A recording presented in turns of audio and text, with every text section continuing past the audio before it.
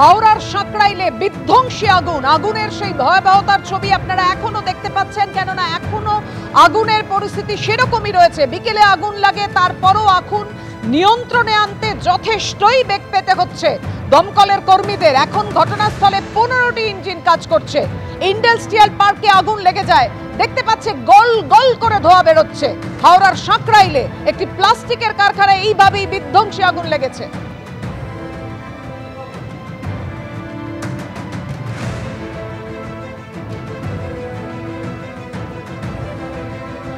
কথা বলবো, আমাদের সঙ্গে রয়েছেন আমাদের প্রতিনিধি সৌমিত্র রায়। সৌমিত্র, এই মুহূর্তে আরো কতক্ষণ সময় লাগবে দমকল কর্মীরা কি বলছেন আগুন নিয়ন্ত্রণে আনতে? দেখো পাপিয়া, এই মুহূর্তে আরও কতক্ষণ সময় লাগবে এই আগুন নিয়ন্ত্রণে আনা, সেটা দমকল কর্মীদের কাছে এখনো পর্যন্ত তার কোনো সুস্পষ্ট উত্তর নেই। কারণ তোমাকে বলে রাখি, যত সময় গড়াচ্ছে এই আগুন ততই বিধ্বংসী আকার নিচ্ছে। তার কারণ কি? তার কারণ হচ্ছে এখানের আবহাওয়া। এই যে হাওড়া সাঁকড়াইলের যে ইন্ডাস্ট্রিয়াল পার্ক, যেখানে আগুন লেগেছে এই মুহূর্তে, এই মুহূর্তে এই জায়গায় আমি রয়েছি, সেখানে হাওয়া দিচ্ছে, দমকা হাওয়া দিচ্ছে এবং বৃষ্টি পড়ছে। এই বৃষ্টি এবং হাওয়ার কারণে এই আগুন নিয়ন্ত্রণে তো আসছেই না, বরং আগুন আরও ভয়াবহ আকার নিচ্ছে। এবং তোমাকে ছবিটা দেখাবো পাপিয়া, তোমাকে দেখাবো ইন্ডাস্ট্রিয়াল পার্কের যে আমার পেছন দিকে যে কারখানা তুমি দেখতে পাচ্ছ, প্লাস্টিক কারখানা, এখানেই আজ বিকেলে আগুন লাগে।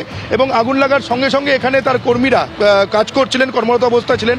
কর্মীরা ছুটে কারখানার ভেতর থেকে বেরিয়ে আসেন এবং আশেপাশে যে কারখানা রয়েছে সেখান থেকেও কর্মীরা এখানে বাইরে বেরিয়ে আসেন। বাইরে বেরিয়েছে এই যে কারখানা আগুন লেগেছে, এই কারখানার মধ্যে প্লাস্টিক সামগ্রী রয়েছে এবং তার পাশাপাশি বিভিন্ন কেমিক্যালসের ড্রাম রয়েছে। তার ফলে এই আগুন যত সময় যাচ্ছে ততই কিন্তু ভয়াবহ আকার নিচ্ছে। তোমাকে ছবিটা দেখাচ্ছে আমার ক্যামেরা পার্সন অপূর্ব মাঝি। পাপিয়া, তুমি দেখো, এই যে দেখতে পাচ্ছ এখানে একাধিক ড্রাম বের করে রাস্তার উপরে রাখা রয়েছে।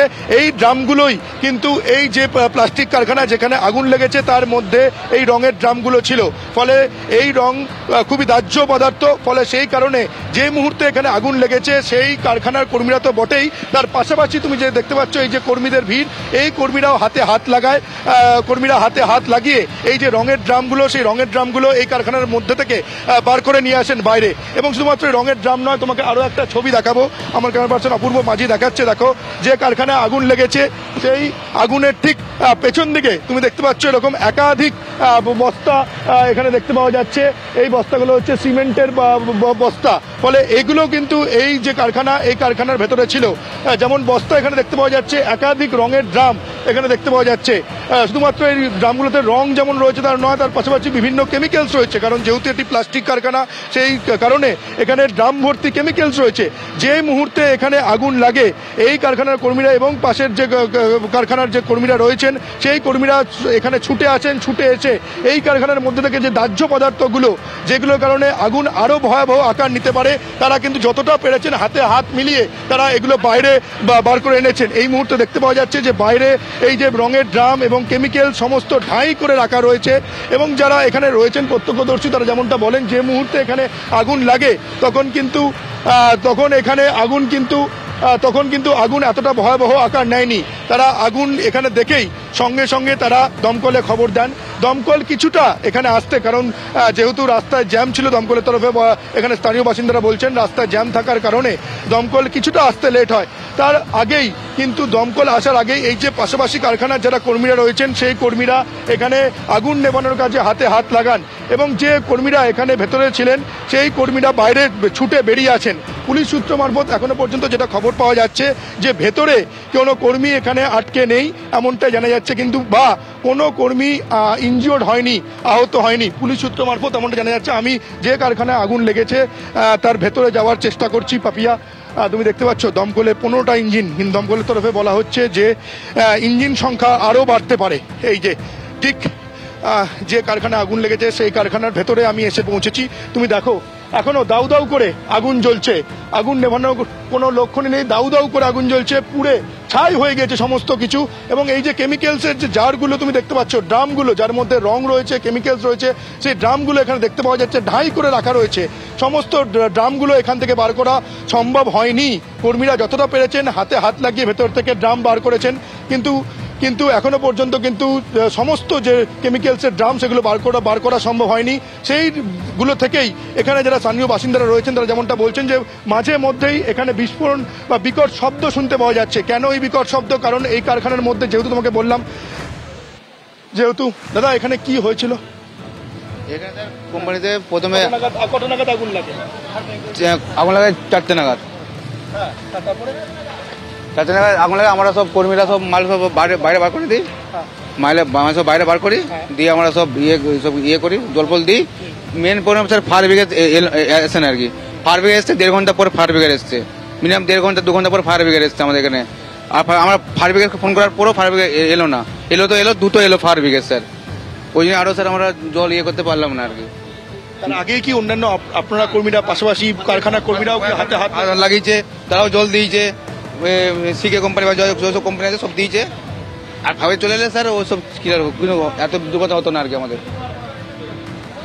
কেমিক্যালের কারণে হয়েছে আর কি। এটা ফ্যাক্টরিতে কেমিক্যালের কারণে এটা আপনার লেগে গেছে, সব রেজিং টেজিং ব্যাপার, তার কারণ থেকেই ভয়াবহ আকার নিয়ে নিয়েছে।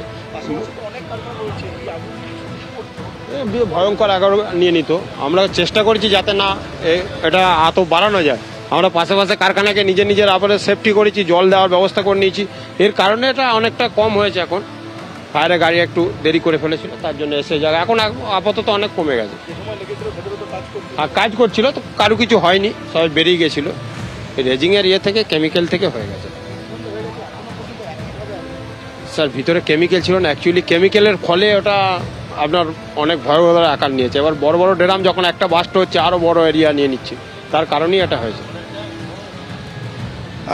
এখানে যে কর্মীরা রয়েছেন তারা যেমনটা বলছেন যে দমকলে খবর দেওয়ার পর কিছুক্ষণ বাদে এখানে দমকল এসে পৌঁছয়। দমকলের ইঞ্জিন 15টা ইঞ্জিন এখানে এসে পৌঁছেছে। যুদ্ধকালীন তৎপরতায় কাজ চলছে।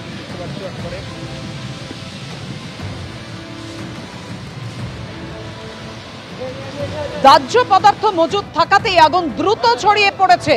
তবে আগুনকে যে এখনো অ্যারেস্ট করতে পারেননি দমকল কর্মীরা, সেটা ছবিতেই স্পষ্ট। কারণ যেটা জানা যাচ্ছে এলাকার কারখানার কর্মীরা যেটা বলছিলেন যে বিকেল 4টের সময় আগুন লাগে, তার 1.5 ঘন্টা পর দমকল কর্মীরা আসে, যার ফলে আগুন নিয়ন্ত্রণে আনতে যথেষ্ট এই মুহূর্তে বেগ পেতে হচ্ছে দমকলের কর্মীদের। এখনো পর্যন্ত উৎসের খোঁজ তারা পাননি। প্রচুর দাহ্য বস্তু মজুত রয়েছে কারখানার ভেতরে, যে কারণে এতটাই ভয়াবহতা।